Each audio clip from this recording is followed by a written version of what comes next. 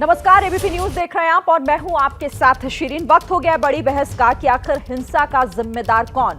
हमारे साथ खास मेहमान भी होंगे। चर्चा में आगे बढ़े उससे पहले इस वक्त की एक बड़ी खबर आपको बता देते हैं और बड़ी खबर आ रही है कानपुर से, जहां पर निजाम कुरैशी को दंगे के आरोप में पुलिस ने गिरफ्तार कर लिया है। नई सड़क पर हुए दंगा मामले में निजाम कुरैशी पर मुख्य साजिशकर्ता होने का आरोप है। निजाम कुरैशी, आपको ये जानकारी दे दें कि पहले समाजवादी पार्टी में था, लेकिन उसे पहले ही पार्टी ने बाहर निकाल दिया था और अब गिरफ्तारी। बड़ी खबर है, कानपुर हिंसा केस से जुड़ी हुई एक और आरोपी की गिरफ्तारी इस पूरे मामले में हुई है, जिसका नाम निजाम कुरैशी। और निजाम कुरैशी को लेकर यह कहा जा रहा है कि वो नई सड़क पर जो हिंसा हुई उसकी साजिश को रचने का पूरा जो दारोमदार था वो उसी पर था, यानी कि वो बड़ी मुख्य साजिशकर्ता उस हिंसा में था जिसे गिरफ्तार कर लिया गया है। बहरहाल इस खबर से जुड़ा अपडेट आगे भी आपको देंगे, लेकिन देखिए बड़ा सवाल अब यही उठ जाता है कि आखिर देश में जो इस वक्त माहौल बिगाड़ने की कोशिश हो रही है वो कर कौन रहा है। देश का माहौल कौन बिगाड़ रहा है? कौन है जो शहर शहर दंगों की आग में शहरों को झोंकने में लगा हुआ है? इस खबर पर बड़ी चर्चा करने के लिए हमारे साथ कई खास मेहमान जुड़े हुए हैं। एक एक करके मैं आपका परिचय उन सभी खास मेहमानों से करा देती हूं। हमारे साथ वीएचपी के प्रवक्ता विनोद बंसल, इस वक्त आप टेलीविजन स्क्रीन पर उन्हें देख रहे हैं, जुड़ गए हैं। साथ ही राजनीतिक विश्लेषक शांतनु गुप्ता, सुजाता पांडे और साथ ही सतीश प्रकाश जी भी हमारे साथ मौजूद हैं। जबकि हमारे साथ दो और मेहमान हैं। मुस्लिम पक्ष की ओर से पेशे से वकील बिलाल खान यहाँ स्टूडियो में मेरे साथ मौजूद है और मुस्लिम धर्मगुरु मौलाना अलीम कादरी भी हमारे साथ मौजूद हैं। आप जी, मैं ठीक कराती हूँ। आप सभी का बहुत स्वागत है हमारे साथ यहाँ पर जुड़ने के लिए, क्योंकि बहुत गंभीर विषय है, बहुत संवेदनशील विषय है। जिस तरह से हिंसा की जो तस्वीरें सामने आ रही हैं वो वाकई चिंता बढ़ाने का काम करती हैं कि हम किस दिशा में आगे बढ़ रहे हैं। आखिर भड़काने का काम, लोगों को सड़कों पर झोंकने का काम और फिर आगजनी का काम कर कौन रहा है? इसी पर चलिए चर्चा को आगे बढ़ा लेते हैं और शुरुआत सबसे पहले मैं विनोद बंसल जी आप ही से कर लेती हूँ, क्योंकि इस वक्त जो माहौल है वो डराने वाली तस्वीरें सामने आ रही हैं। पत्थरबाजी, बवाल, हिंसा, हत्या तक कर दी जा रही है। ये देश में एक तरीके की जो आग फैल गई है, कौन इसके पीछे और इसका अंत क्या है? एक बड़ी मानसिकता है। मानसिकता वो जो विदेशी पंडित और जो अपने विदेशी जो पोषित मानसिकता है बेसिकली। आप देखिए इसमें वो लोग शामिल हैं जो कि विदेशी शक्तियों के कंधे पर बंदूक रख करके भारत पर गोलाबारी कर रहे हैं। इसमें वो मानसिकता शामिल है जो कि जाति तो नमाज पढ़ने के लिए और वापस निकलती है तो पत्थर लेकर निकलती है। इसमें वो मानसिकता शामिल है जो कि वास्तव में जो भारतीय न्याय व्यवस्था, भारतीय संविधान और उसके कानून में कोई विश्वास नहीं करती। हमने पूरे देश में देखा कि आमिर अजमल कसाब को फांसी देने के लिए हमने पूरा उसको समय दिया था सुनने का। हमने पूरा उसको एडवोकेट भी प्रोवाइड करवाया। इसके बावजूद कि संपूर्ण देश ने देखा था कि उसने लाइव गन चलाते हुए देखा था, लोगों को, निर्दोष लोगों को मारते हुए देखा था, लेकिन फिर भी हमने रात को 3:30 बजे तक सुप्रीम कोर्ट को जगाया कि किसी निर्दोष को फांसी नहीं हो जाए। लेकिन यहाँ पर वो मानसिकता काम कर रही है इस समय कि वो चाहते हैं कि भाई ये शरीयत के अनुसार उसको सड़क पर ला करके बिना कोई सुनवाई करे, बिना कोई न्याय के बारे में कोई बात करे, उसको फांसी पर लटका दिया जाए। ये मानसिकता वो काम कर रही है आखिरकार कि जो मैंने कह दिया वो ठीक है, बाकी कोई कुछ भी कहता रहे वो मेरे लिए अब अमान्य है। आप मुझे बताइए इसके अंदर वो भी मानसिकता काम कर रही है जो कि कहते हैं कि भाई आपकी आस्था तो मेरी आस्था तो आस्था और आपकी आस्था कुछ नहीं। मैं आपकी आस्था का तो मैं उपवास ही उड़ाऊंगा, मेरी आस्था का अगर किसी ने कोई माखौल उड़ाया तो मैं उसको जान ले लूंगा उसमें। आप मुझे बताइए कि महिला अधिकारों की बात करने वाला ये देश, यत्र नास्ति पूज्यन्ते रमन्ते तत्र देश देवता, इस सिद्धांत पर काम करने वाला ये देश, उसको उस देश के महिला को बलात्कार की और व्यभिचार की और सरतन से जुदा करने की धमकियां दी जा रही हैं, वो भी किसके द्वारा? न सिर्फ भारतीयों के द्वारा, भारत के बाहर बैठी शक्तियों के द्वारा भी। आज वो मानसिकता काम कर रही है कि आज हम बोलते तो यहाँ पर हैं और तालियां बजती हैं विदेशों से। ये आखिरकार कब तक चलेगा? भारत के अंदर जिस तरह से इस भारत को हिंसा, आगजनी और लूटपाट और सुरक्षा बलों को हमला लहूलुहान करने का जो घटनाक्रम इस समय जो चल रहा है, ये बेहद निंदनीय है, चिंतनीय है। आप मुझे बताइए रांची के अंदर मस्जिद से निकलते के साथ ही लोग इतने हिंसक हो जाते हैं कि मंदिर को तक को नहीं छोड़ते। हनुमान मंदिर तक हमला कर देते हैं, सुरक्षा बलों को लहूलुहान कर देते हैं, आगजनी करके और दुकानों को, मकानों को, घरों को जला देते हैं। आखिरकार किसको जला रहे हो भैया आप? कौन सी मानसिकता जो जला रही है? आखिरकार क्यों मस्जिद से निकलते के साथ आप इतने हिंसक हो जाते हो? उन्होंने, उनका क्या दोष था भाई जिनके ऊपर आप आक्रमण कर रहे हो? मैं कहता हूँ देश आपका नहीं है क्या? वो संपत्ति आपकी नहीं है क्या? क्या आप उस देश के जला करके आप किसका नुकसान करना चाहते हो? जिस थाली में खाते हैं उसी में छेद करने की जो मानसिकता है ना, उसी के कारण ये सारी समस्याएं जन्म ले रही हैं। और एक और बात मैं कहना देना चाहता हूँ, देखिए ये वो दृष्टांत पेश करना चाहते हैं, अगर शेष समाज ने भी वही हथकंडा अपना लिया तो आखिरकार क्या होगा? सोचिए, जो नहीं होना चाहिए। ये सभ्य समाज का हिस्सा नहीं है, इसको समझना पड़ेगा। मौलाना अलीम कादरी, ये मानसिकता आ कहां से रही है? ये देश सबका है, प्रदर्शन करने का हक सबको है, लेकिन इस देश की संपदा को, उसकी संपत्ति को जलाने का हक किसी का नहीं है। ये कहां से आ रही है मानसिकता? देखिए मैडम, कल के जो हालात पेश आए हैं उसके ऊपर जो कोई भी अपने देश से हकीकी माना में मोहब्बत करता है, सारे लोग इस मामले में चिंतित हैं। और रहा सवाल कि कल जो उत्पात मचा है उसकी सही माना में जांच होनी चाहिए और जो भी इसमें कल्पित है उनको कैफर किरदार तक पहुंचाया जाए, उनको कड़ी सी कड़ी सज़ा दी जाए। इसमें सब में बड़ा रोल मैडम सोशल मीडिया का है। सोशल मीडिया की जानिब से हर दो समुदाय के लोगों में जहर भरा जा रहा है। जैसे कि आपने देखा होगा कि कल रात से एक लेटर सर्कुलेट हो रहा है जो मुस्लिम पर्सनल लॉ बोर्ड का है और उसमें यह बात कही जा रही है कि कोई भी मौलवी मौलाना मुस्लिम इंटेलेक्चुअल्स टीवी डिबेट में ना जाए। मेरा सवाल मुस्लिम पर्सनल लॉ बोर्ड से है कि आपका जो फरमान है क्या वो हर मुसलमान, हिंदुस्तान के हर मुसलमान पर चलेगा? आप एक ऑर्गेनाइजेशन है, आप अपना काम कीजिए, दूसरे जो काम कर रहे हैं उनको काम करने दीजिए। और आप जो मुसलमानों की लीडरशिप का जो दावा करते हैं, आपने कौन से मकाम पर मुसलमानों को कामयाबी दिलाई? हर जगह मुसलमानों को मायूस करने का काम किया।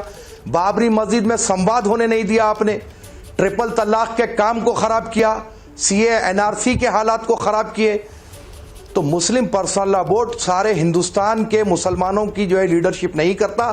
कई सूफी मुस्लिम धर्मगुरु है जिसको हिंदुस्तान का 80% मुसलमान मानता है। तो ऐसी किस्म के बयानात की वजह से हमारे पास जहर घोला जा रहा है और हिंदू समुदाय में कुछ शरारती तत्व है जो सोशल मीडिया के जरिए जहर घोल रहे हैं। मैं आपके चैनल के माध्यम से यह कहना चाहूंगा कि सोशल मीडिया को एनएसए की निगरानी में रखा जाए। ठीक है, आपका ये हो सकता है वैलिड पॉइंट, लेकिन मैं ये कह रही हूं कि अगर उन लोगों के हाथों में पत्थर पकड़ाए जा रहे हैं, निकलते ही अगर पत्थरबाजी की जा रही है और आग लगाई जा रही है, लोगों पर पुलिस वालों पर पत्थर बरसाए जा रहे हैं, तो इनकी मानसिकता कहां से बदल रही है? ये वो चुनिंदा लोग हैं जिनका आप जिक्र कर रहे हैं कि वो भी आप कह रहे हैं कि वो हिंदू वर्ग से निकल कर आ रहे हैं। नहीं मैडम सुनिए, मैं ये कह रहा हूं कि जो है उसकी जांच होनी चाहिए। आपके पास पूरे विजुअल्स है और सीसीटीवी कैमरे में हर आदमी कैद हुआ है, क्योंकि माजी में भी ऐसे कई वाकयात पेश आए हैं कि किसी के ग्रुप में कोई घुस के जो है उत्पात मचाया है। तो मुमकिन है कि इसमें भी कुछ चीजें निकल आए, इसकी सही जांच हो। मैं ये नहीं कह रहा हूं कि इसने किया या उसने किया, मैं ये कह रहा हूं कि इसकी तो जांच आपको मौलाना अलीम कादरी ये भी कहना चाहिए, है आपको ये भी कहना चाहिए यहाँ पर बैठकर, आपको ये भी कहना चाहिए कि जांच हो रही है। नुपुर शर्मा के बयान पर विवाद हुआ, ऐतराज हुआ, वाजिब है वो ऐतराज, वो मामला एफआईआर दर्ज हो चुकी है, जो भी होगा उसमें उनको सजा मिलेगी। लेकिन इसका मतलब ये नहीं है ना कि आप प्रदर्शन के नाम पर देश को जलाने का काम करेंगे। आप ये भी कह सकते हैं उन लोगों से, तमाम लोगों से, धर्मगुरु तो आप भी हैं। देखिए मैडम, जहां तक के नुपुर शर्मा का है, मैं आपके चैनल और भी चैनल्स के जरिए बात कह चुका हूं कि हमारे आदरणीय प्रधानमंत्री जी नरेंद्र मोदी जी ने नुपुर शर्मा को पार्टी से सस्पेंड किया और उनके ऊपर 2 एफआईआर हो चुकी है।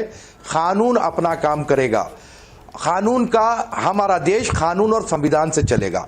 रहा सवाल शरीयत में जो गुस्ताखे रसूल की सजा है वो अपनी जगह बरकरार है, लेकिन यहां पर शरई लॉ नहीं है, यहां पर नहीं है। यहां पर जो कोई भी सजा होगी हिंदुस्तान के संविधान के हिसाब से होगी, हिंदुस्तान के कानून के हिसाब से होगी और हर हिंदुस्तानी को हिंदुस्तान के कानून को मानना होगा, हिंदुस्तान के संविधान को मानना होगा। कहीं की भी बात यहां पर नहीं की जाएगी। 30 सेकंड दीजिए मैडम। अरब कंट्रीज की जहां तक के बात है, मैं ये कहना चाहता हूं कि अरब कंट्रीज ने अपना एक मुसलमान होने के जरिए उन्होंने अपना एहतजाज दर्ज करवाया, लेकिन हमारे अपने मुल्क के जाती मामलात में अरब कंट्रीज को भी कोई राइट नहीं है कि हमारे दाखिली मामलात में वो बोले। हिंदुस्तान के उलमा है, हिंदुस्तान की मुस्लिम कौम है, वो अपना खुद जो है काम करेगी और अपने संविधान के दायरे में रहते हुए करेगी। आपकी बात का मैं स्वागत करती हूं, लेकिन यही बात उन तमाम लोगों तक भी पहुंचाई जानी चाहिए जो लोग इन लोगों को भड़काने का काम करते हैं, और ऐसे में वो तमाम धर्मगुरु हैं, चाहे वो दोनों ही वर्ग से क्यों ना ताल्लुक रखते हो। ठीक है, एक कमेंट ले लेती हूँ विनोद जी आपका, फिर बाकी मेहमान के पास जाऊंगा। बोलिए। सरिन जी, मैं ये कहना चाहता हूँ, देखिए मौलाना जी ने बात अच्छी की, लेकिन इन्होंने ये बात नहीं की आखिरकार मस्जिद के अंदर क्या होता है। ये इनको मांग करनी चाहिए कि मस्जिद मदरसे और जो भी सेंसिटिव एरियाज हैं देश के, वहाँ पर क्यों नहीं एक हाई रेजोल्यूशन के वीडियो कैमरे लगने चाहिए, जिसका command and operation local police station के पास होना चाहिए, और लोकल पुलिस स्टेशन को इसके लिए रेस्पॉन्सिबल ठहराया जाना चाहिए। क्योंकि देखिए लगातार हो रही इस तरह की हिंसा के लिए ये मस्जिद और मदरसे एक तरह से अड्डे बनते जा रहे हैं। आप देखिए वर्ष प्रतिपदा से लेकर के अब तक देश के अंदर दर्जनों स्थानों पर इस तरह की हिंसा, आगजनी और पथराव और हमले हुए, लेकिन वो सारे के सारे जो है ना या तो मुस्लिम बाहुल्य क्षेत्र में हुए या मस्जिद मदरसों से हुए।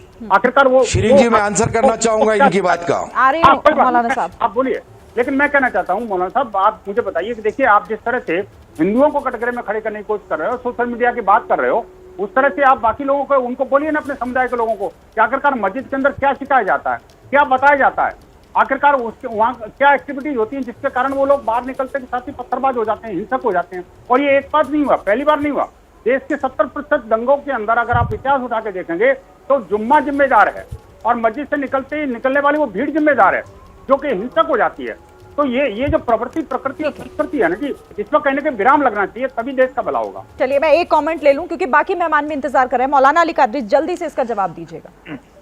मैडम मुझे जी मैडम, देखिए जुमे के दिन सिर्फ और सिर्फ कुरान पढ़ी जाती है, हदीस सुनाई जाती है।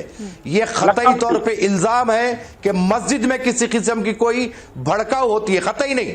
ये गलत बातों की तरफ से ही विनोद बंसल साहब को चाहिए कि ऐसे जुमलों का इस्तेमाल कतई ना करे। वातावरण ऐसे ही बातों से खराब हो रहा है। देखिए मैं आपको सख्त जवाब नहीं दूंगा, लेकिन सुनिए सर, सुनिए आप पहले। वो सामने है, मैं थोड़ी कह रहा हूँ, ये विजुअल दिख रहे हैं आपके टीवी। आप जरा सुन लीजिए, आप जरा सुनिए सर। बताइए बंसल साहब 30 सेकंड दीजिए, मैं बोलने के बाद आप पूरा बोलिए। सुनिए आप, मैं ये कह रहा हूं कि मस्जिद के अंदर कैमरे वाली बात कतई तौर पर नाकबूल है। अगर वैसा होगा तो फिर नए मामलात पैदा होंगे। आप समझिए बात को।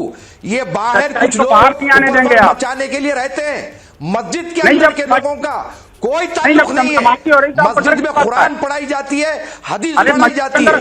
अगर मस्जिद के अंदर सिर्फ कुरानी पढ़ाई जा रही है तो डर किस बात का है? लगने दो सीसीटीवी कैमरे, क्या दिक्कत है? हमारे मंदिरों में नहीं है क्या? कोई डर हमारे नहीं यहाँ है। तो फिर एक काम करिए ना, सीसीटीवी कैमरे लगे हुए हैं, आपके मंदिर में लगा देते हैं, आश्रम में लगा देते हैं, हर जगह लगा देंगे। कोई हिंसक गतिविधियां नहीं होती, हिंसा का पाठ नहीं पढ़ाया जाता, तो आपको दिक्कत क्या आ रही है? ठीक है, आप दोनों को मैं रोकना चाहती हूँ, आप दोनों को मैं रोकना चाहती हूँ क्योंकि इस वक्त बड़ी खबर आ रही है। मैं लौटती हूँ, आप दोनों के पास आऊंगी, मौलाना अली कादरी आपके पास भी आऊंगी और विनोद बंसल जी के भी पास। लेकिन इस बीच एक बड़ी खबर हिंसा के बीच में, देखिए सरकार पर निशाना साधा है AIMIM प्रमुख असदुद्दीन ओवैसी ने, और सरकार पर हमला बोलते हुए कहा है कि हिंसा रोकने की जिम्मेदारी सरकार की है। जो इस वक्त देश के कई हिस्सों में हिंसा हो रही है, आगजनी लगातार हो रही है, पत्थरबाजी, बवाल की घटनाएं हो रही हैं, उस पर ओवैसी का ये सरकार पर निशाना। नूपुर पर एक्शन में बीजेपी को आखिर 10 दिन क्यों लग गए? सरकार की जिम्मेदारी है कि जो इस वक्त हिंसा देश भर में फैली है उसे रोका जाए। अफसोस की बात यह है कि बीजेपी को और भारत सरकार को, प्रधानमंत्री को 10 दिन लगे। वे पहले आप एक्शन ले लेते, आप पहले ही कर देते बात को, और वो माफी नहीं चाहिए। कानून का उल्लंघन आप कर देते हैं। अगर बोलेंगे ये ऐसा नहीं है ना, तो हम ये बोल रहे हैं कि जब उनके ऊपर FIR दर्ज हो चुका है तो कानून को अपना काम करना चाहिए। ओवैसी जी, देश में गुजरात मॉडल की बात होती है, आप भी काफी दिनों से गुजरात के दौरे पे, आपने बहुत सारी जगह पे जाहिर सभा भी की है। गुजरात में क्या मुस्लिमों की क्या स्थिति है, क्या अभी माहौल बन रहा है गुजरात में? तो अब आप और हम चलते हैं मुस्लिम महलों में, आप आप आ जाइए, आप खुद देख लीजिए, आप बताइए कि क्या क्या हो रहा है। ओवैसी साहब, अभी आप गुजरात में रहे हो, आपने क्या अभी माहौल देखा है? देखिए, माहौल क्या है, उस माहौल को और अच्छा करने के लिए मांगे। तो असदुद्दीन ओवैसी को आप सुन रहे थे, जो सरकार पर हमला बोल रहे हैं देश के कई हिस्सों में हो रही हिंसा को लेकर, और उन्होंने एक जो महत्वपूर्ण बात कही वो ये कि सरकार ने देरी कर दी। जो काम फौरन किया जाना चाहिए उस काम को करने में, नूपुर शर्मा पर कार्रवाई करने में 10 दिनों का वक्त लगा दिया, और ऐसे में लोगों को भड़काने का मौका उन लोगों को मिल गया। इस पर मैं कमेंट ले लेती हूं शांतनु गुप्ता आपसे। देखिए श्रीन, मैं तो उल्टा कहूंगा कि 27 मई को नूपुर शर्मा अपना जो भी बयान देती हैं और कुछ नहीं होता, फिर 3-4 दिन बाद एक ऑल्ट न्यूज के व्यक्ति ट्वीट करते हैं, फिर थोड़ी सुबगाहट होती है, फिर भी कुछ नहीं होता, और फिर 8-9 दिन बाद प्रतिक्रिया होती है। तो सबसे पहले है कि जो पूरा जो बवाल है ये प्रायोजित है, ये स्पॉन्टेनियस नहीं है, किसी की भावनाएं नहीं भड़की, उसकी भावनाएं भड़काई गई, इधर से कहा गया उधर से कहा गया, तब भावनाएं भड़की। दूसरी बात, जैसा विनोद जी ने कहा, ये जुम्मे की नमाज के बाद ही क्यों होता है? सीए के राइट होते हैं जुम्मे की नमाज के बाद, मुजफ्फरनगर का राइट होता है जुम्मे की नमाज के बाद, ये वाले राइट होते हैं जुम्मे की नमाज के बाद। तो ऐसे में किसी भी अगर 5वीं के बच्चे से पूछेंगे, वो भी चेक करो कि जुम्मे की नमाज में ऐसा क्या बताया जा रहा है।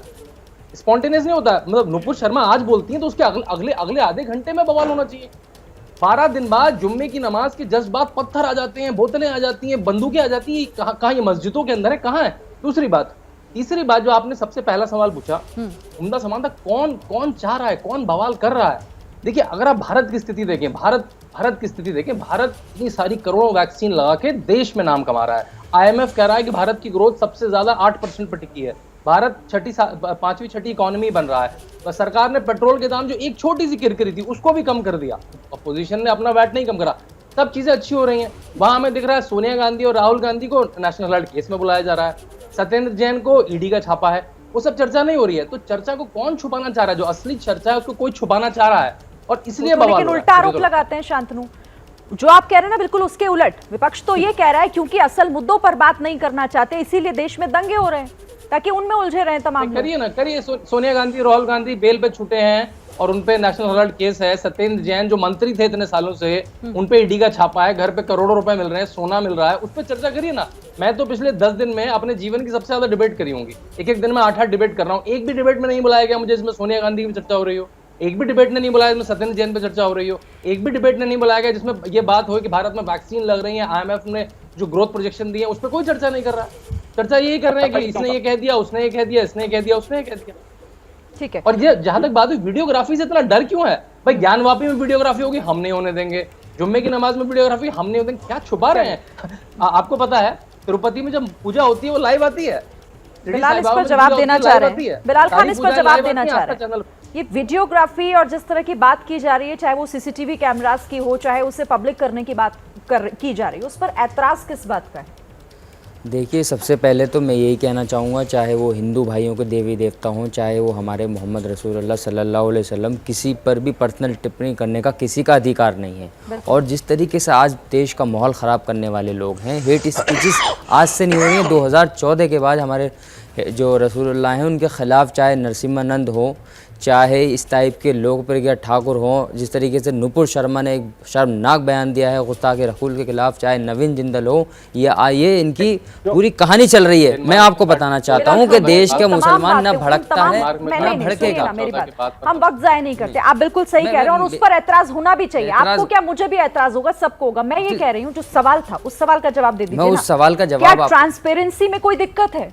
कोई दिक्कत नहीं है। जिस ये कोर्ट का मसला है, ज्ञानवापी पर जो है वीडियोग्राफी होनी चाहिए नहीं होनी चाहिए, वो कोर्ट में मसला चल रहा है, कोर्ट का आदेश माना जाएगा। चाहे अभी कोई भी आदेश हो, कोर्ट का हर आदेश माना गया, हुई ना वीडियोग्राफी ज्ञानवापी के अंदर, जब कोर्ट ने कहा तो वीडियोग्राफी भी हुई, उसको ली भी करी गया, उस पर मसला भी बना, वो सारी चीज़ें अलग हैं। लेकिन जिस तरीके से आज जानबूझ के सारे देश के मुसलमानों को प्रोवोक किया जा रहा है, और पूरी दुनिया के मुसलमान, देश और हमारे खासकर हिंदुस्तान के मुसलमानों को, उनको सबको मालूम है कि हमारे रसूलुल्लाह से हम बहुत मोहब्बत करते हैं, हमें गाली दीजिए, हमें बदतमीजी कीजिए, हमारे ऊपर पर्सनल कमेंट करिए, देश के मुसलमानों को बुरा बुरा कहिए, पूरी दुनिया के मुसलमानों को, इंडिया के मुसलमान सबको कहिए, लेकिन हमारे नबी के खिलाफ कुछ मत बोलिए, क्योंकि हम आपका सम्मान करते हैं। सुनिए, आपको भी सम्मान करना पड़ेगा। ऐसे लोगों को आप लोग जो है, आप नुपुर शर्मा को अरेस्ट भी नहीं किया गया अभी तक, जेल भेजने का काम नहीं किया, क्यों नहीं किया? पूरी देश में आग लगवा रहे हैं जानबूझ के, इनको करना चाहिए। अब सरकार FIR दर्ज हो गई है, FIR दर्ज हो चुकी है, इतना कोई छोटा मामला नहीं है। हमारे बिलाल नबी का खान, सबको सरकार मालूम भेजती है है। जेल में। पूरी सुनिए, मैं बता रहा हूँ, पूरी दुनिया का मुसलमान और देश का मुसलमान हमारे नबी के खिलाफ जो चीजें बोली गई उसको जेल भेज के ठंडा करना चाहिए था, लेकिन इसको राजनीति कर रहे हैं ये लोग। पूरा देश दुनिया समझती है इस पे जानबूझ के नुपुर शर्मा को सपोर्ट कौन कर रहा है। उन्होंने खुद कहा अपने इंटरव्यू में कि मुझे कॉल आ रही बीजेपी के बड़े बताइए, ये तो सपोर्ट कर रहे हैं। राजनीति होना और दंगे होना दोनों में फर्क है, आप इतना समझते हैं? मैं बता रहा हूँ, रांची के अंदर राजनीति होना और एक वीडियो आप प्लीज ये भी चलाइए। आप उसको सही ठहरा रहे हैं? मैं सही नहीं ठहरा रहा हूँ बिल्कुल भी। मैं हिंसा का पालन नहीं की, मैं मजम्मत करता हूँ। वायलेंस को बिल्कुल भी जस्टिफाई नहीं किया जा सकता, किसी भी हालत में जस्टिफाई नहीं किया जा सकता। लेकिन जिस तरीके से आप वो विजुअल दिखा रहे हैं, ये भी विजुअल देखिए जो पुलिस वाले ने गोली चलाई है। आप देखिए 2 बच्चों की मौत हो चुकी है। मैं आपके पास BBC की न्यूज की खबर है। एक 15 साल का मुदस्सिर आलम है, 24 साल का साहिल।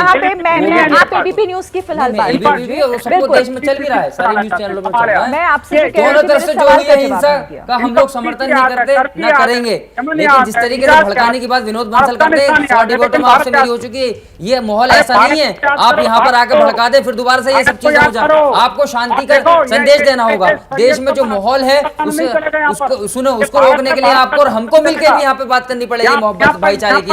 लेकिन आप जैसे लोग जो नहीं करेंगे, आपको हमेशा मुसलमानों से दिक्कत रहती है, चाहे कोई भी मसला हो। मुसलमान इस्लाम हमारे नबी के खिलाफ बोल देते हैं, क्योंकि आपको पता है कि हम अपने नबी से इतनी मोहब्बत करते हैं और उनको कुछ बोलेंगे मुसलमानों को प्रोवोक करो, कुछ फिर ऐसा हो जाएगा। और अगर आपको ऐसा नहीं है, सुनिए विनोद बंसल जी, ये आपकी विचारधारा मैं आज से नहीं जान रहा हूँ, पूरी सुनिए। मैं आपको बहुत टाइम से आपके साथ डिबेट कर रहा हूँ, लेकिन आपकी मानसिकता ये रहती है मदरसा मस्जिद यहाँ पे वीडियोग्राफी करा दो। आपको प्रॉब्लम क्या है मुसलमानों से, क्या दिक्कत है? हम इस देश के नहीं है, इस देश से सबसे ज्यादा मोहब्बत करने वाले लोग हैं। चाहे कोई भी मसला हो, सबसे आगे हम अपने देश को रखते हैं। लेकिन आप लोग तोड़ने की बात करते हैं क्योंकि आपको राजनीति करनी है। हिंदू मुस्लिम की एकता जिस दिन एक हो जाएगी, आपकी जो दुकान है वो खत्म हो जाएगी। ये पूरा देश दुनिया समझती है, इसलिए आप इस तरीके के भाषण देते हैं। आपके विचार मैं समझ रहा हूँ आपको विनोद बंसल जी, मैं आपको आज से नहीं बहुत टाइम से जानता हूँ, यही करते आ रहे हैं आप। आपको ये संदेश देना चाहिए, जिस तरीके से आपने मदरसे की बात, अभी आपको ये संदेश देना चाहिए था कि भाई माहौल खराब है देश का, हिंदू भाईचारे से हम मुसलमान हिंदू हो सबको मिलकर साथ देना चाहिए। लेकिन आपने एक बार भी नहीं बोला। आपको जो सुनिए, आप हमेशा यही मुसलमानों का मदरसा ही है। आज वो वक्त नहीं है, आज ये वक्त है कि हम लोग सब कैसे मिलकर रहें। जो दुनिया में हमारा नाम खराब करने के काम कर रहे हैं, चाहे भारतीय जनता पार्टी के लोग हैं, उन लोगों को माफी मांगनी चाहिए और नुपुर शर्मा को आपको खुद मांग करनी चाहिए, उनको जेल भेजना चाहिए। ठीक है। देखिए, जेल भेजने का काम कोर्ट करेगा, वो मामला कोर्ट में है, वो कोर्ट तय करेगा। लेकिन सवाल ये कि आखिर ये पूरा माहौल बिगड़ा कैसे, और इसी को लेकर हम चर्चा भी कर रहे हैं। आप दोनों बात कर रहे हैं कि माहौल बिगड़ा है, लेकिन हम इस पर बात करनी चाहिए ना कि आखिर अब इसको कैसे शांत किया जा सके, ना कि ऐसे बयानों को दोबारा से रिपीट करके। वही तो कह रहा हूं। ठीक है, अब मैं सुजाता पांडे का रुख कर लेती हूँ। सुजाता पांडे जी, इस पर भी जवाब दीजिएगा जो बहस हो रही है। और दूसरा मेरा एक सवाल असदुद्दीन ओवैसी से जुड़ा हुआ भी है, क्योंकि वो ये भी कह रहे थे कि 2014 के बाद देश में नफरत बढ़ी है, हिंसाएं बढ़ी हैं, मॉब लिंचिंग जैसी घटनाओं को बढ़ावा मिला है। वो सीधे तौर पर सरकार की तरफ सवाल उठा रहे हैं। आप क्या कहेंगे इस पर? बिल्कुल। तो पहले तो मैं बिलाल जी को बता दूं कि बिलाल जी, चर्चा जो है दंगाइयों पे हो रही है, चर्चा जो उन पे हो रही है जो देश को जला रहे हैं, राज्य को जला रहे हैं, एक धार्मिक उन्माद फैला रहे हैं। इसमें मुसलमान कैसे, आपने कैसे मान लिया कि हम मुसलमानों की बात कर रहे हैं? हम तो सिर्फ दंगाइयों की बात कर रहे हैं। और दंगाइयों का कोई धर्म नहीं होता बिलाल जी, उसमें हर चीज में धर्म मत ढूंढिए। जो दंगाई होता है वो कानून तोड़ने वाला होता है, समाज के खिलाफ होता है, और उसको वैसे ही पुकारा जाएगा। इसको हिंदू मुस्लिम में मत कीजिए। यहाँ किसी ने हिंदुओं की बात नहीं की, यहाँ सिर्फ आप कह रहे हैं। विनोद बंसल आप कर रहे हैं, आप क्या डिबेट में क्या है? आप देखिए ना, विनोद बंसल ने स्टार्टिंग ही यहाँ से मदरसे से मस्जिद से इससे करिए। आप मेरे ऊपर करिए, आप विनोद बंसल को बोलिए ना एक बार। आपने एक बार भी नहीं बोला उनको। तो देश का माहौल ऐसे ही लोग खराब करते हैं जो धर्म के नाम पे, तुष्टीकरण के नाम पे अपनी राजनीतिक रोटियां सेकना चाहते हैं, और हर बात में वो मुसलमान ढूंढ ही लेते हैं। हर बार में वो ये कह ही देते हैं कि ये सिर्फ और सिर्फ धर्म के नाम पे इसको पकड़ा गया है। चाहे वो संसद पे हमले का मामला हो, चाहे वो संकट मोचन पे हमले का मामला हो, हर बार धर्म को लाया गया और हर बार यही एक ही बात, एक ही विक्टिम कार्ड खेला गया, एक ही रोना रोया गया कि ये मुसलमान है इसीलिए इसे पकड़ा गया है। उस पे साक्ष्य को नहीं मानते, पुलिस की कार्रवाई को नहीं मानते, सरकार को नहीं मानते, ये नियम को नहीं मानते, ये कानून को नहीं मानते, ये देश को भी नहीं मानते। और जहां तक भी मौलाना जी कह रहे थे शरीयत का कानून है, शरीयत जो है वो तो रहेगा, और अगर शरीयत रहेगा तो संविधान कैसे रहेगा? हम तो कुछ क्योंकि नहीं दोनों मानते, में देश में कुछ तालमेल नहीं हो ही नहीं सकता। अगर शरीयत है तो संविधान नहीं रहेगा, और अगर संविधान है तो शरीयत से देश नहीं चलेगा। यही है, यही ऐसे ही लोग देश का माहौल खराब करते हैं। ऐसे ही लोग जो सोचते हैं कि सिर्फ मुस्लिम तुष्टिकरण ही सेकुलरिज्म है, यही सेकुलरिज्म की परिभाषा है। आज देश का माहौल कौन खराब कर रहा है आप बेहतर जानती हैं। आज देश का माहौल खराब करने में सबसे ज्यादा जो हाथ है वो बीजेपी का है, और जो मासूम उन्हीं के लोगों ने आज देश में जो है ये भावनाएं भड़काई हैं, जो सेंटिमेंट हट किए हैं, उनके प्रवक्ता हैं, उन्हीं के लीडर्स हैं जो हेट स्पीच देके नफरत फैलवा रहे हैं। आप एक बार भी उनको नहीं बोलेंगी, उनको नहीं कहेंगी कि गलत कर रहे हैं, क्योंकि कहीं ना कहीं आप उनसे ताल्लुक रखती हैं। आप सिर्फ और सिर्फ हम लोगों को बोलेंगी कि हम लोग देश का माहौल खराब कर रहे हैं। किसने बयानबाजी दी? नुपुर शर्मा ने बयानबाजी, उस पर आप एक बार भी बोल दीजिए उन्होंने गलत बोला। एक बार भी आपने नहीं बोला, बोलिए ना एक बार। नहीं बोलेंगे आप उसको सपोर्ट करते हैं अंदर खाने। हम तो सपोर्ट नहीं करते, चाहे हिंदू हो मुसलमान। अगर हमारे हिंदू भाइयों को देवी देवताओं को गलत बोलता है, मैं सबसे पहले उसकी मजम्मत करता हूँ, उसे जेल भेजना चाहिए एफआईआर कर। लेकिन आपने एक बार नुपुर शर्मा या जमीन जिंदल का नाम नहीं लिया, न नरसिम्हा सरस्वती का नाम लिया, जो लगातार हमारे नबी की बेइज्जती कर रहा है। अच्छा एक सेकंड रुकिए, एक मिनट। एक मिनट। असल की ओवैसी का बयान है 2021 का। बड़ी इंपॉर्टेंट बात कही है। आप सुनिए और आप बताइए कि सहजता क्या होती है। याद रखो हमेशा योगी मुख्यमंत्री नहीं रहेगा, मोदी हमेशा नहीं रहेगा। हम मुसलमान वक्त के चलते खामोश हैं, पर हम भूलेंगे नहीं, हम याद रखेंगे, हालात बदलेंगे। तब कौन बचाने आएगा? जब योगी मठ चले जाएंगे और मोदी पहाड़ों में चले जाएंगे, हम तुम्हारे जुल्मों को याद रखेंगे और अल्लाह तुम्हारे नस्लों को नेस्तनाबूद करेगा। ये है नेता का बयान। मैं कहती हूँ ऐसे नेता को, ऐसे पार्टी को इलेक्शन कमीशन डीलिस्ट क्यों नहीं करती? क्या वो नेता होने के लायक है?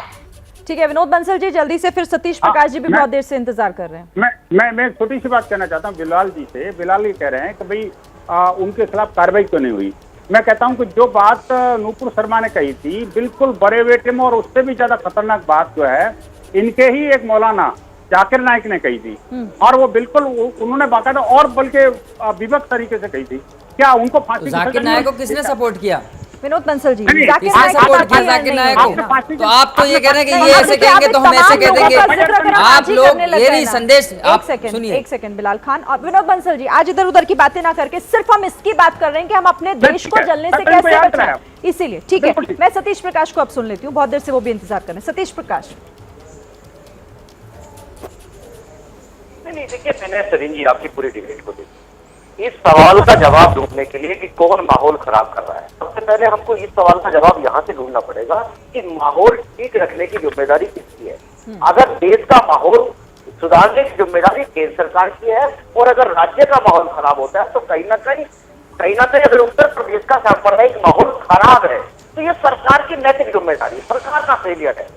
आप ये देखेंगे कि तमाम सोशल मीडिया के अंदर इस तरह की बातें चल रही थी कि फायदे के दिन जो है, एक निश्चित रूप से कुछ लोगों की भावनाएं ऐसी हो सकती है, तो ये राज्य सरकार की नैतिक जिम्मेदारी थी कि उसको तैयारी करनी चाहिए थी। और अगर कुछ लोग आंदोलन करना कोई बुरी बात नहीं है, लेकिन कोई आंदोलन अगर दे रहा है तो कहीं ना कहीं हमारे देश की सभी मस्जिदों के आप ही कहना चाह रहे हैं ना सतीश प्रकाश। अरे बंसल साहब सुनिए, मैं सजीव नहीं हूँ, सतीश हूँ। इतने सवाल पूछूंगा कि कान बहरे हो जाएंगे, मेरी बात तो सुनिए। नहीं बिल्कुल मैं आपको यही कह रहा हूँ, ऐतिहासिक तौर पर आप ये सुनिए, मैं सतीश हूँ और इतने सवाल पूछूंगा सर। सुनो, वहां से लेकर के, वहां से जैन से लेकर के धर्म तक पहुंचा दूंगा। मेरा कहना यह है कि देखिए बंसल साहब, आपकी डिबेट में फरीन साहब एबीपी न्यूज की डिबेट देखनी चाहिए लोगों को, और ये डिबेट देख करके पता लग जाएगा कि माहौल कौन खराब कर रहा है। कादरी साहब ने मुसलमानों के ऊपर भी, मुसलमानों के संगठन से भी सवाल पूछा, देश के संविधान को सबसे ज्यादा माना, उन्होंने बड़े सार्वजनिक तरीके से आपकी डिबेट को संभाला। लेकिन आप बंसल साहब बार बार उनको उठा रहे हैं, उनको उनके मार्ग से भटका रहे हैं। अरे वो अच्छी बात है, मैं उठा रहा हूँ। आप मेरे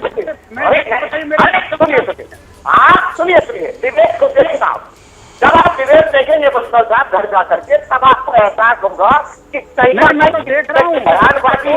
देश के माहौल पर करता हूँ वो सच्चा बोलता हूँ सतीश जी, मैं लाग लपेट करके नहीं बोलता, मैं किसी राजनीतिक मानसिकता से नहीं बोलता, मैं किसी सरकार को नहीं कोसता, मैं जो सच्चा होता है वही कहता हूँ। देश मेरे लिए बहुत बड़ी है।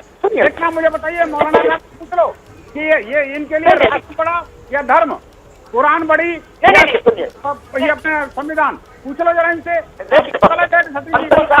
तो कह रहे हैं ना सरकार को पता था आप ये अच्छा विनोद बंसल, एक मिनट सुन लेते हैं उनको, सतीश प्रकाश को सुन लेते हैं। देखिए बंसल साहब दो अलग अलग व्यक्ति हैं। एक बंसल साहब है, एक सतीश है। सतीश के लिए धार्मिक आस्थाओं से ज्यादा जरूरी है भूख, बेरोजगारी, रोटी चाहिए, सुरक्षा चाहिए, का पेट भरा हुआ है। आपके लिए ये जरूरी है सतीश प्रकाश कि देश में इस हिंसा को रोका जाए, ये जरूरी है कि नहीं? 100%। सुनिए, तो आज उसमें शिरीन जी मुझे मौका देंगे, मैं कुछ बोलना चाहता हूँ। आ रही हूँ मौलाना साहब, आती हूँ आपके पास। शिरीन जी मुझे कुछ मौका दीजिए। मैं आ रही हूँ, एक मिनट रुकिएगा मौलाना। की जिम्मेदारी है केंद्र सरकार को उत्तर प्रदेश सरकार से सवाल पूछना चाहिए कि योगी जी आप हमको ये बताइए कि इतना पुलिस तंत्र होने के बावजूद भी अगर उत्तर चलिए ठीक है, मैं आपकी बात मान भी लेती हूँ सतीश प्रकाश, और आपने सही बात कही कि नैतिक जिम्मेदारी सरकार की है, लेकिन आम नागरिक होने के नाते आपकी, मेरी या बाकी जनता की क्या कोई जिम्मेदारी नहीं बनती? उन तमाम लोगों की क्या कोई जिम्मेदारी नहीं बनती जिनसे एक पूरा तबका प्रभावित होता है? उन लोगों के लिए कुछ कहेंगे आप? नहीं 100%। सुनिए, मेरी भी जिम्मेदारी योगी जी तो मेरे भी मुख्यमंत्री है, लेकिन मेरे मुख्यमंत्री होने के नाते मेरे कुछ सवाल है। वो सवाल ये है कि ये देश सिर्फ इस्लाम नहीं आया, यहाँ जैनिज भी फंसा या बुद्धिज्म भी पनपा, और यहाँ कहीं ना कहीं आर्यन भी बाहर से आए, मूल निवासी है। अरे कहीं से खुदाई मिलेगा। सुनिए, अगर मस्जिद के सुनिए अरे भाई मस्जिद के नीचे मंदिर है। अच्छा आप लोग एक एक करके बात करते हैं ना। सुनिए, ये ऐसे खुदाई नहीं होगी। अगर खुदाई होनी शुरू होगी, अगर मस्जिद के नीचे मंदिर है तो मंदिर के नीचे जैन मठ भी हो सकता है। आप फिर मंदिर मस्जिद में उलझ गए ना, आप फिर दोनों मंदिर मस्जिद में उलझ गए। एक मिनट सतीश प्रकाश, एक मिनट, आप सवाल पूछ रहे हैं ना, आप जल्दी जल्दी मैं जवाब ले लेती हूँ जल्दी से। सबसे पहले विनोद बंसल, फिर मौलाना कादरी इंतजार कर रहे हैं, अब फिर आपके पास भी आऊंगी। देखिए शिरीन जी, मैं अपने सतीश जी से कहना चाहता हूँ कि आखिरकार ये बड़े विद्वान प्रवक्ता हैं। ये इनकी पार्टी के जो लोग हैं, वो लाल बिहारी यादव, उन्होंने 4 दिन पहले क्या बोला था इनकी शायद पता होगा, मुझे लगता है, लेकिन अभी तक अखिलेश जी ने कोई माफी नहीं मांगी हिंदू समाज से। जिस तरह का उपहास उन्होंने भगवान ज्योतिर्लिंग का किया था, नहीं वर्ग साहब से कोई माफी मंगवाई, जिन्होंने किस तरह से बेहुदा बातों का प्रयोग किया। इनके एक नहीं अनेक नेता हैं जिन्होंने हिंदू समाज के ऊपर लगातार हमले किए, और इनके स्वयं प्रधान ने भी ये कहा था, अखिलेश जी ने, कि मस्जिद तो बहुत पुरानी है भाई। चलिए ठीक है, अब मौलाना का नहीं आया हिंदू आस्था मौलाना का किया तो समाज में नहीं किया। नहीं एक सवाल करना बंसल साहब से एक बात। देखिए बंसल साहब, मेरे लिए अरे आप जरा अल्लाह के वास्ते खामोश बैठ जाइए सर। आप लोग रोटी, सुरक्षा, ये चीजें रोजगार है। नहीं, आज आरोप की मैं बात नहीं कर रही थी ना, आप लोग उसमें मत उलझिए कि किसने क्या कहा किसने क्या नहीं। तो नहीं रोटी मांगेंगे आपने जब अच्छा, मैं अब माफी चाहती हूँ आप सभी से, आप लोगों ने बाकी लोगों को बोला भी नहीं, मौलाना कादरी भी नहीं अपनी बात कर पाए। नहीं, बस वक्त इतना ही था, माफ कीजिएगा, वक्त इतना ही था। हमारे साथ आप सभी जुड़े, इस चर्चा में शामिल हुए, बहुत बहुत धन्यवाद आप सभी का। वक्त इतना ही था, कुछ और मेहमान भी अपनी बात रखना चाह रहे थे, उनसे मैं बात नहीं कर पाई। और कानून व्यवस्था के मुद्दे को लेकर इस वक्त यूपी के मुख्यमंत्री योगी आदित्यनाथ एक अहम बैठक कर रहे हैं। कानून व्यवस्था को लेकर ये बैठक जो कि शुरू हो चुकी है, तस्वीरें भी आपके सामने हैं, जिसमें सभी जिलों के डीएम और एसएसपी को बुलाया गया है, एसपी इसमें मौजूद हैं। और फिलहाल जिस तरह के हालात कई जिलों में बिगड़े हुए हैं, कानून व्यवस्था की जो स्थिति है मौजूदा, उन्हीं तमाम मुद्दों को लेकर सभी बड़े अधिकारियों के साथ योगी आदित्यनाथ की ये बैठक, इस वक्त तस्वीरें आपके सामने हैं। उपद्रवियों पर योगी आदित्यनाथ की बैठक शुरू हो गई है, क्योंकि हिंसा के बाद उपद्रवियों के खिलाफ योगी सरकार लगातार एक्शन में है। इसमें 230 गिरफ्तारी अब तक उत्तर प्रदेश में हो चुकी है। इसके बाद अब ये फिर से एक महत्वपूर्ण बैठक जिसकी तस्वीरें आपके सामने हैं। योगी आदित्यनाथ तमाम जिलों के बड़े अधिकारियों के साथ, जिसमें डीएम हैं, एसपी हैं, एसएसपी हैं, तमाम लोगों से बातचीत वो करेंगे और आगे की क्या रणनीति होगी इस पर विचार विमर्श इस बैठक में होगा। तो उत्तर प्रदेश की कानून व्यवस्था को लेकर कई जिलों में आपको तस्वीरें भी हमने दिखाई, किस तरह से पत्थरबाजी, बवाल, हिंसा की तस्वीरें सामने आई और उसके बाद से ही लगातार सरकार, प्रशासन एक्शन में है और उसी के मद्देनजर ये महत्वपूर्ण बैठक योगी आदित्यनाथ ले रहे हैं। इस पर जो भी जानकारी होगी आगे एबीपी न्यूज पर आप देखेंगे। एबीपी न्यूज आपको रखे आगे।